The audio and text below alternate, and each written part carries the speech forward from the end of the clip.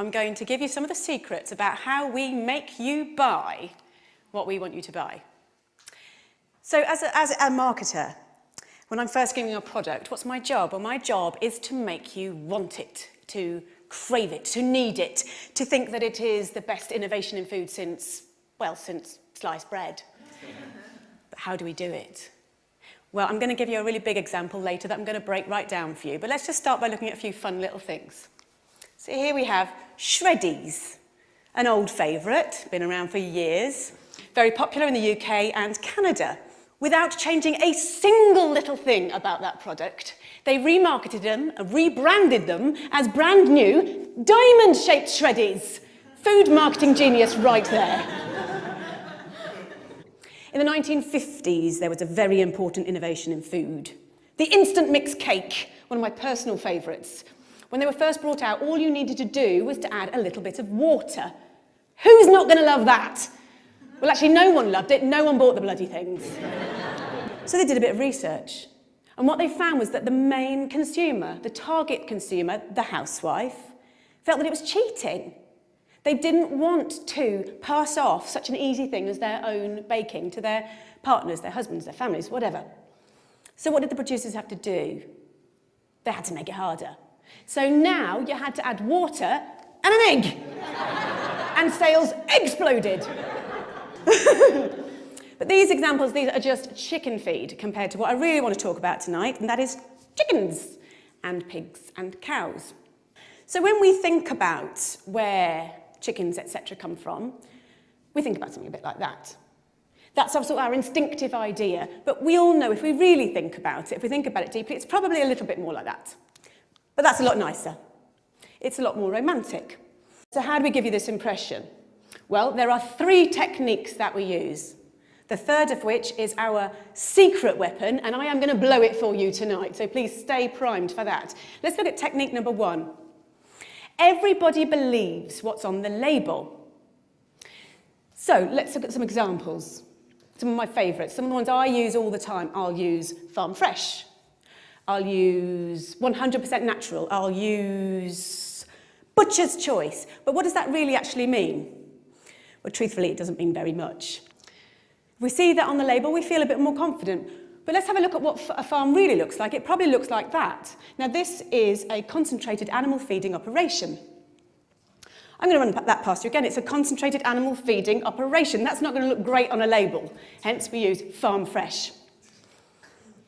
Innovation number 2. This is what we use. We focus on progress. Intensive farming was born out of necessity. At the end of the Second World War, resources were extremely tight. Farming had to be by necessity very, very economical. And we've learnt from that, and we've built from that, and we're able to now raise more and more animals in smaller and smaller spaces.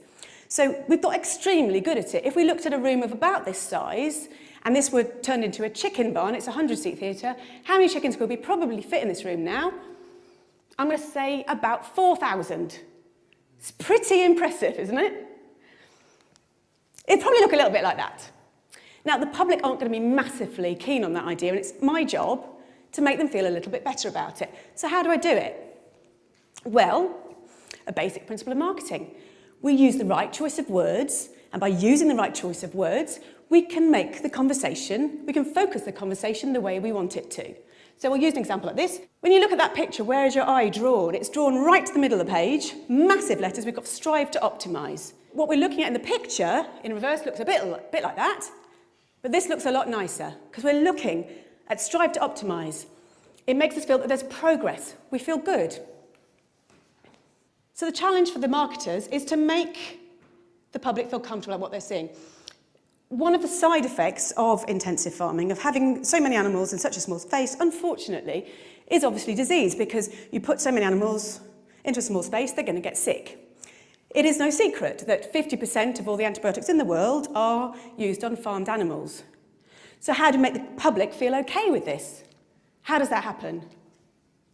My job. How do I do it? I use the language of innovation. So we're going back to our old friends at porkcares.org, And what they do is they say, as farming has become more efficient, veterinarians have incorporated new technologies and methods into practice. This makes us feel good. This is positive. Yeah? This is progress. And when we're then marketing to future consumers, we would perhaps use something like this. This is a colouring book. Pigs and pork. It's absolutely gorgeous.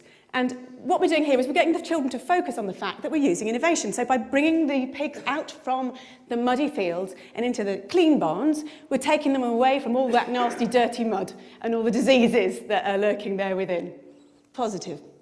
So onto our secret weapon. This is what we really need to focus on.